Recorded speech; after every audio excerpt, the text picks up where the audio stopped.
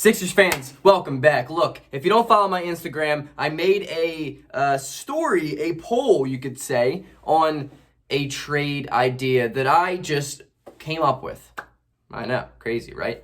The deal is the Philadelphia 76ers select Evan Fournier, who was on his last year of his deal, making $17 million this year. The Orlando Magic receive Danny Green, Terrence Ferguson, and a 2022 lottery-protected first-round deal. I put it out and I said, is this a fair trade? 76%, over 30 people said no. I disagree.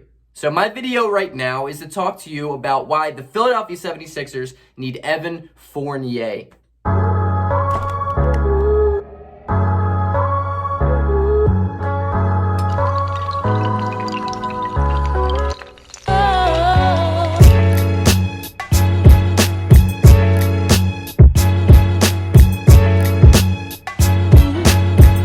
First of all, I would like to say that the Philadelphia 76ers need backup playmaking, and I understand that. And maybe Evan Fournier is not the prototypical need right now that Philadelphia has. But I think because of the Magic's trending downward right now, I think that it should be that Evan Fournier is on the block. And the idea and the trade concept that I proposed was Danny Green, for salary purposes, of course, and the fact that he's on his last year of his deal, making $15 million a year. Terrence Ferguson, who, though does not get playing time, has some type of potential in him because he was not terrible for Oklahoma City. He's still a young kid, and he's a high flyer, making $3 million.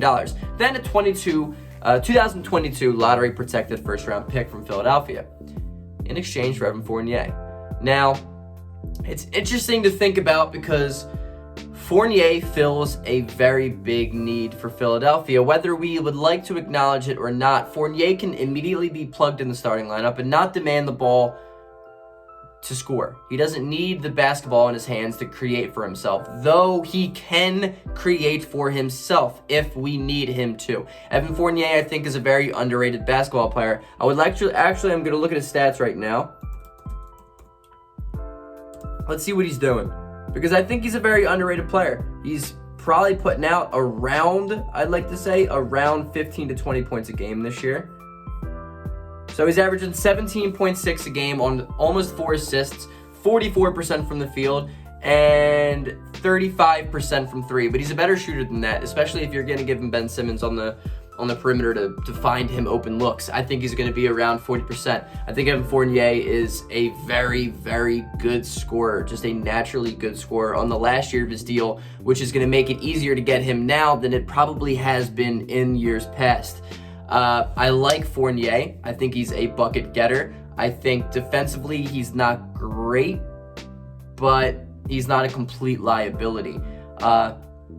Also, I would not mind getting rid of a lottery-protected first-round pick.